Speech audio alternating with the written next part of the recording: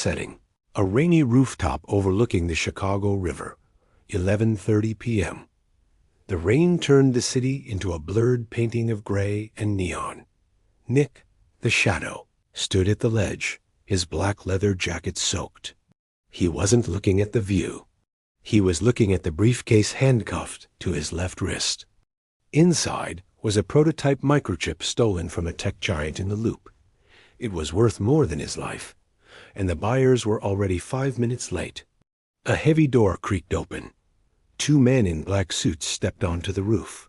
Between them was Elena, a broker who dealt only in high-stakes secrets. "Show me," Elena commanded, her voice cutting through the wind. Nick used his free hand to click open the case. The chip sat in a bed of white foam, its golden circuits glowing under the rooftop lights. "The money?" Elena signaled to one of her men.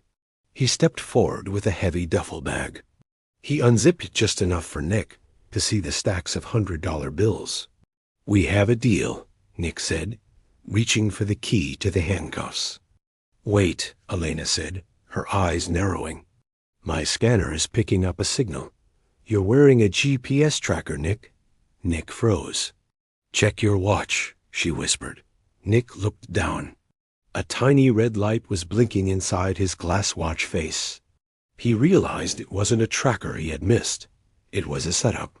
The police were already in the stairwell. "They're coming for the chip, Elena.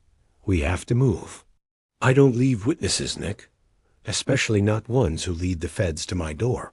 The rooftop door burst open. "FBI! Drop the weapon." In the chaos, Nick didn't run for the door. He ran for the ledge. He looked at the deep, dark water of the Chicago River 6 stories below. "See you in the next life, Elena," Nick shouted. He didn't jump alone. As bullets sparked off the metal railing, Nick plummeted into the darkness.